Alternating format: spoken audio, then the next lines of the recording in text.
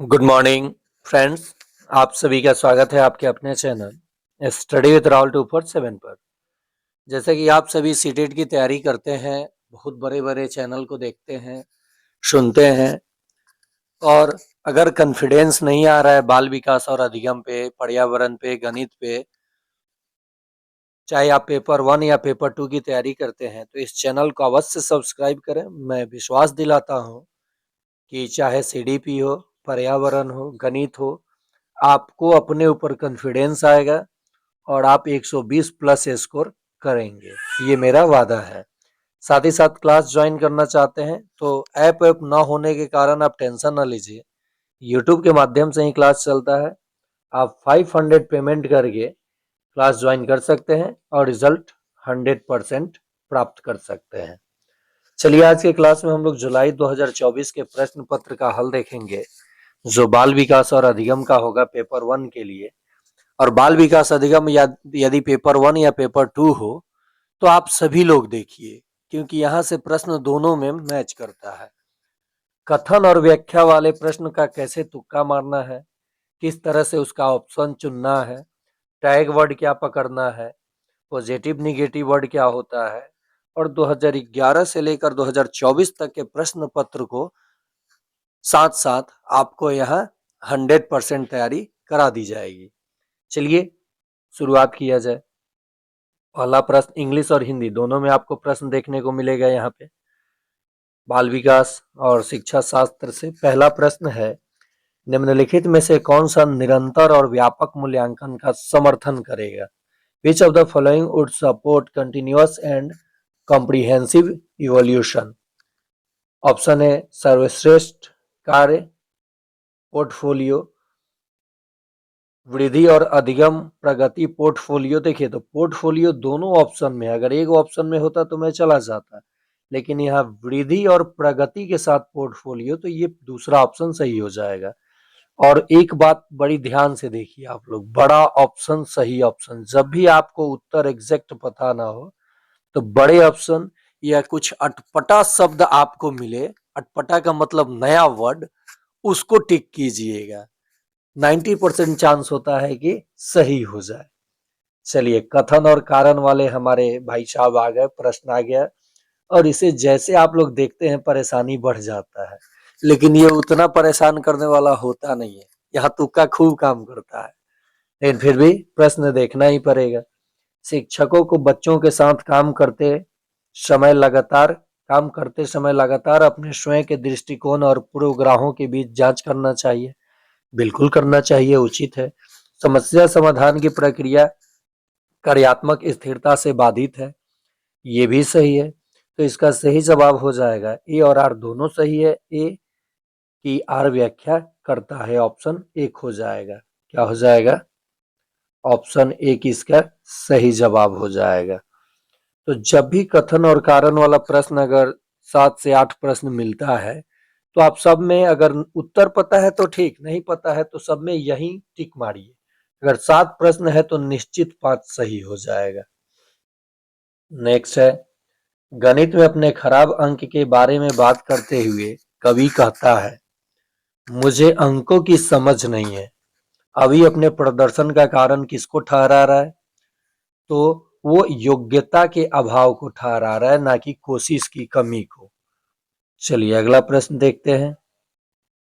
लेव वाइगोत्स्की के सिद्धांत के अनुसार छात्रों के सीखने के अनुभव को बेहतर बनाने के लिए निम्नलिखित में से कौन सा एक अनुशंसित दृष्टिकोण है? ठीक है, तो ऑप्शन है छात्रों को ऐसा काम प्रदान करना जो उनकी समझ के वर्तमान स्तर से पूरी तरह असंबंधित। तो असंबंधित निगेटिव हो गया, ये उत्तर नहीं होगा। छात्रों के वर्तमान स्तर पर आधारित उनको उचित समर्थन और मार्गदर्शन। उचित समर्थन और मार्गदर्शन पॉजिटिव वर्ड है, लेकिन आगे भी देख लेते हैं। छात्रों को कोई सहायता नहीं देना निगेटिव हो गया। छात्रों को ऐसा काम प्रदान करना जिससे वे व्यक्तिगत रूप से प्रबंधित जबरदस्ती आप काम नहीं करा सकते हैं। तो इसका सही जवाब हो जाएगा ऑप्शन नंबर 2। देखिए सीडीपी का प्रश्न यूं ही पकड़ा जाता है, जितना आप लोग इसे वास्ट समझ लेते हैं आप केवल बाल विकास और अधिगम पे अगर फोकस कर लिए इस चैनल पे, तो बाकी सब्जेक्ट का मैं आपको हिंदी पर 30 में 30 मंगवा सकता हूँ, पर्यावरण 30 में 30, और यहाँ से बाल विकास में ठीक है 2-4 गलत होगा, 25 प्लस लाइए, आपको मजा आ जाएगा। और रिजल्ट कैसे नहीं होगा हम भी देखते हैं। हमने तो दोनों पेपर निकाल के जब बोलिए तब बैठ करके एग्जाम निकाल देंगे। खैर, सीडीपी में मैंने काम किया, मेहनत किया था, थोड़ा सा स्वयं चीजों को पकड़ता था, ऑप्शन देखता था। 5 नंबर प्रश्न है, 5 नंबर आप लोग देखेंगे यहाँ पे, निम्नलिखित में से कौन सा कथन प्रगतिशील शिक्षा में शिक्षक की भूमिका का सबसे अच्छा वर्णन करता है? तो शिक्षक ज्ञान का प्राथमिक स्रोत होते हैं, ऐसा कोई बात नहीं है। शिक्षक एक सुविधा दाता के रूप में कार्य करते हैं। बिल्कुल, शिक्षक सुविधा दाता है, ना कि शिक्षक ज्ञानी है। शिक्षकों को सभी चीज आए ये कोई जरूरी नहीं है, और शिक्षक ही प्राथमिक ज्ञान का प्राथमिक ये निगेटिव हो जाता है, सुविधा दाता ये पॉजिटिव वर्ड है, तो इसका जवाब ऑप्शन 2 हो जाएगा। छठा, हॉवर्ड गार्डनर की दी गई बुद्धि की अवधारणा का निहितार्थ है कि? क्या निहितार्थ है? सभी लोग दुनिया को समान रूप से समझते हैं और संबंधित करते हैं। ऐसा थोड़े है किसी का बुद्धि लब्धि कम है, किसी का अधिक है। बुद्धि लब्धि किसने दिया था? नैतिक सिद्धांत किसने दिया था? सामाजिक विज्ञान का सामाजिक अंतःक्रिया का सिद्धांत, संज्ञानात्मक विकास, भाषा अंतःक्रिया का सिद्धांत। ये सारे जितने सिद्धांत हैं वहां से कौन से प्रश्न आते हैं, ये सारी चीजें मैं आपको कराने वाला हूँ। हॉवर्ड गार्डनर की दी गई बुद्धि की अवधारणा का निहितार्थ है, तो ये पहला ऑप्शन तो आपने छांट लिया, एलिमिनेट कर लिया। अलग अलग आयामों के लोगों की अलग अलग योग्यताएं होती हैं। बुद्धि का केवल एक ही आयाम होता है, केवल एक ही, केवल निगेटिव। बुद्धि केवल प्रयोगात्मक, केवल निगेटिव, यानी अलग अलग आयामों में लोगों को की अलग अलग योग्यताएं होती हैं। देखिए कैसे पकड़ा जा रहा है, आपकी पकड़ इस पे बन जाएगी, मुझे विश्वास है। चलिए 7 नंबर प्रश्न देखते हैं। आप सब्सक्राइब करके लाइक कीजिए, जुड़िए तो सही। नई क्लास में ज्वाइन करना चाहते हैं तो रिकॉर्डेड क्लास आपको 2-4 क्लास फ्री मिलेगा, इससे आइडिया आपको लग जाएगा। निम्नलिखित में से अवधारणा के निरूपण का कौन सा क्रम बच्चों की संज्ञानात्मक क्षमताओं के उत्तरोत्तर विकास के अनुसार है? क्रिया आधारित, छवि आधारित, संकेत आधारित। तो पहला ही ऑप्शन आपका सही हो जाना चाहिए। आगे भी देख लेते हैं। छवि आधारित, संकेत आधारित, क्रिया आधारित नहीं, पहले क्रिया आधारित होनी चाहिए, करने आना चाहिए बच्चों को, तब उनकी छवि आधारित, तब संकेत आधारित। चलिए 8वां प्रश्न देखते हैं। इसको पढ़िए भी मत, मारिए, समय नहीं गंवाइए, लेकिन एक बार देख लीजिए। शिक्षकों को कक्षा में प्रभावी संज्ञान सुनिश्चित करने के लिए बच्चों को संवेगात्मक सहारा देना चाहिए। संवेग व संज्ञान एक दूसरे से जटिल रूप से संबंधित है। ये बिल्कुल दोनों सही है, तो ए और आर दोनों सही है, और ए की आर सही व्याख्या करता है। ऑप्शन आपका 1 नंबर सही हो जाएगा। देखिए जितना भी कथन कारण वाला भी मिला है वो सही होते जा रहा है। विकास के संदर्भ में निम्नलिखित में से कौन सा कथन सही है? तो विकास के संदर्भ में सही कथन, विकास एक असतत प्रक्रिया, अ नहीं तो निगेटिव हो गया। विकास चक्रीय तरीके से होता है, रैखिक नहीं। सही, विकास चारों तरफ से होता है, ना कि एक दिशा में होता है। तो ये हो जाएगा आपका ऑप्शन नंबर 2। लेव वाइगोत्स्की के अनुसार बच्चे स्वयं के व्यवहार को किस प्रकार नियमित करते हैं? ऑप्शन है अनुकूलन की प्रक्रिया द्वारा, आत्मवाक्य के प्रयोग द्वारा, खुद को पुनर्वलन का उपयोग द्वारा, संतुलित करण की प्रक्रिया द्वारा। तो इसका हो जाएगा आत्मवाक्य के प्रयोग द्वारा, ऑप्शन 2। कक्षा 5वीं के बच्चों को तैरने और डूबने की अवधारणाओं को पढ़ाने के लिए संरचनावाद में दृढ़ विश्वास रखने वाले शिक्षकों द्वारा कौन सा शैक्षिक दृष्टिकोण अपनाया जाएगा? तो वीडियो दिखाना, व्याख्यान विधि, पावर पॉइंट प्रस्तुतिकरण दिखाना, या निर्देशित खोज। तो इसका सही जवाब हो जाएगा निर्देशित खोज। चलिए अगला प्रश्न है, निम्नलिखित में से कौन सी सार्थक सीखने के लिए एक प्रभावी स्मृति तकनीक नहीं है? तो देखिए यह निगेटिव ही पूछा है, नहीं पे जरूर ध्यान देंगे, कभी कभी मिस हो जाता है। तो रटने वह दोहराओ, ये निगेटिव वर्ड होता है और आपने निगेटिव प्रश्न पूछा है तो निगेटिव को आपने पकड़ लिया। नेक्स्ट है, निम्नलिखित में से कौन सा एक अच्छी तरह से तैयार किए गए आलोचनात्मक सोच वाले प्रश्न की विशेषता नहीं है? यह खुला प्रश्न है और कई उत्तरों को प्रस्तुत करने की अनुमति देता है। यह मुख्य रूप से तथ्यात्मक जानकारी पर आधारित है। तो इसका भी सही जवाब हो जाएगा ऑप्शन नंबर 2। चलिए, कथन और कारण का प्रश्न फिर मिला, इसको देख के डरना नहीं है, वहीं ब्रह्मास्त्र लगाना है। विविध संस्कृति पृष्ठभूमि के छात्रों की जरूरतों को पूरा करने के लिए कक्षा शिक्षण को सांस्कृतिक रूप से उत्तरदायी होना चाहिए और कक्षा में समता केवल मानकीकृत पाठ्यचर्या व आकलन के द्वारा सुनिश्चित की जा सकती है। तो इसका सही जवाब हो जाएगा ऑप्शन ए और आर दोनों सही है। ए की आर सही व्याख्या करता है। 15 नंबर, जागृति को पता चल गया है कि उसका कुत्ता राष्ट्रीय एक गोल्डन रिट्रीवर है। जब वह एक और कुत्ते को देखती है तो राष्ट्रीय जैसा दिखता है लेकिन वह अलग नस्ल का है, तो वह उसे भी कुत्ता ही समझती है। जीन पियाजे के संज्ञानात्मक विकास के सिद्धांत के अनुसार यह किस अवधारणा को प्रदर्शित करता है? ये देखिए, जीन पियाजे के अनुसार किस अवधारणा को ये प्रतिबिंबित करेगा यानी प्रदर्शित करेगा? तो इसका हो जाएगा आपका समायोजन, एसिमिलेशन, यानी समायोजन को वो प्रदर्शित कर रही है। अनुवांशिकता पूरी तरह से एक व्यक्ति की डैश का निर्धारण करती है, तो जेंडर यानी सेक्स का, जेंडर कह रहे हैं, सेक्स का निर्धारण करती है। ये आप देखेंगे 17 नंबर प्रश्न, शिक्षकों को कक्षा में प्रश्न पूछने पर ध्यान देना चाहिए और निर्देश देने के बजाय उन्हें प्रश्न पूछने के लिए प्रोत्साहित करना चाहिए। बिल्कुल, निर्देश नहीं, आप प्रोत्साहन दीजिए। बाल केंद्रित शिक्षा शास्त्र का अर्थ है कक्षा में बच्चों की आवाज को महत्व देना और उनकी प्रतिभागिता को सुनिश्चित करना। तो ये दोनों के दोनों कथन सही है और व्याख्या भी सही है। दोहराव व बारंबार किए जाने वाले व्यवहार किसकी विशिष्ट पहचान है? तो यह है ध्यान न्यूनता और अति क्रियाशीलता विकार की। देखिए, बड़ा ऑप्शन सही ऑप्शन। शिक्षार्थी अधिगम प्रक्रिया में व्यस्त और सक्रिय रूप से शामिल महसूस करते हैं। कब महसूस करेंगे?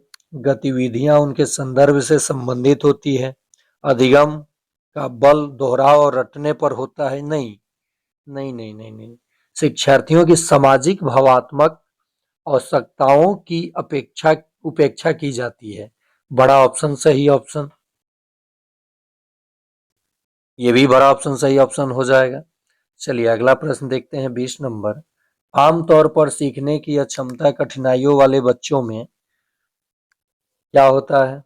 तो एक जैसे दिखने वाले अक्षर और वर्ण को लेकर वो भ्रमित होते हैं। आंसर हो जाएगा 3 नंबर। 21 नंबर प्रश्न देखिए, ऐसे बच्चे जिन्होंने बहुत कम उम्र में गंभीर सामाजिक अभाव का अनुभव किया है, आमतौर पर उनके विकास में देरी या बाधा उत्पन्न होती है और पुनर्वास के बावजूद विकास के कुछ क्षेत्रों में सुधार अधीनस्थ होने की संभावना है। यह अवधि जिसमें विकास पर्यावरणीय समर्थन से महत्वपूर्ण रूप से प्रभावित होती है, डैश कहलाती है। तो इसका ऑप्शन हो जाएगा संवेदनशील अवधि। क्या कहलाती है? संवेदनशील अवधि। विभिन्न जेंडर के व्यवहार के बारे में पूर्वकल्पित सामान्यीकरण क्या कहलाते हैं? तो ये जेंडर रूढ़िवादिता कहलाते हैं। इससे एक प्रश्न आता ही आता है। एक समावेशी कक्षा में विशेष बच्चे हमेशा अपने पाठ्यचर्या पर काम करते हैं। विशेष बच्चे क्या होते हैं? तो निगेटिव वर्ड है, आंसर नहीं होगा। सभी बच्चों की कक्षा की गतिविधियों तक पहुंच और वे कक्षा की क्रिया में शामिल होते हैं। ये 2 नंबर आंसर सही हो जाएगा। नेक्स्ट है, आलोचनात्मक सोच वाले प्रश्न पूछने का प्राथमिक उद्देश्य क्या है? तो उच्च स्तरीय सोच और समस्या समाधान कौशल को बढ़ावा देना। बड़ा ऑप्शन सही ऑप्शन। चलिए अगला प्रश्न है 25 नंबर, सामाजिक रचनावादियों के अनुसार अधिगम की प्रक्रिया के बारे में निम्नलिखित में से कौन सा कथन सही है? ठीक है, तो इसका सही जवाब हो जाएगा अधिगम अर्थ निर्माण की एक सामाजिक प्रक्रिया है। क्या है? सामाजिक प्रक्रिया है, यानी ऑप्शन 4 सही हो जाएगा। ठीक इसी प्रकार से जुलाई 2024 दिसंबर का मैं करा चुका हूं और ये 2024 का इसके बाद गणित कराऊंगा लाइव क्लास में 8 बजे। प्रतिदिन 8 PM से लाइव क्लास चलता है। और फिर पर्यावरण इसी का देखिए, तो मैं ऊपर से क्यों लिया हूं, 2011 से शुरू ना करके 2024 से क्यों किया हूं कि जो पिछले 5 साल का प्रश्न होता है वहां से 50% प्रश्न लड़ जाता है और उससे एक ओवरव्यू आपको मिल जाएगा। कथन कारण वाला प्रश्न का जवाब आप लोग वही जो मैंने कहा समय नहीं लगाइए और दे दीजिए 1 नंबर, बाद में देखा जाएगा, जो होता है इसको देखता ही 1-2 नंबर। और आप अगर फीमेल टीचर हैं तो 82 ना सोचिए, केवल बिहार के लिए एलिजिबिलिटी नहीं सोचिए, आप पूरे देश के लिए सोचिए और 90 नहीं 100 पार कीजिए। बच्चों की लंबाई और वजन में वृद्धि किसका उदाहरण है? तो ये उदाहरण है मात्रात्मक परिवर्तन। नेक्स्ट प्रश्न है, हेंज की दुविधा को पेश किए जाने पर अरुणिमा तर्क देती है कानून इन परिस्थितियों के लिए स्थापित नहीं किया गया था। इस स्थिति में दवा लेना वास्तव में सही नहीं है, लेकिन यह उचित है। लॉरेंस कोहलबर्ग के सिद्धांत के अनुसार अरुणिमा नैतिक विकास की कौन सी अवस्था में है? यानी नैतिक विकास का सिद्धांत लॉरेंस कोहलबर्ग ने दिया था, ये तो तय हो गया। देखिए प्रश्न में भी कुछ उत्तर छुपा होता है, उसे भी आपको ध्यान देने की जरूरत है। तो देखिए यहाँ पे भी बड़ा ऑप्शन सही ऑप्शन, तो कमेंट में आप लोग जवाब दीजिएगा।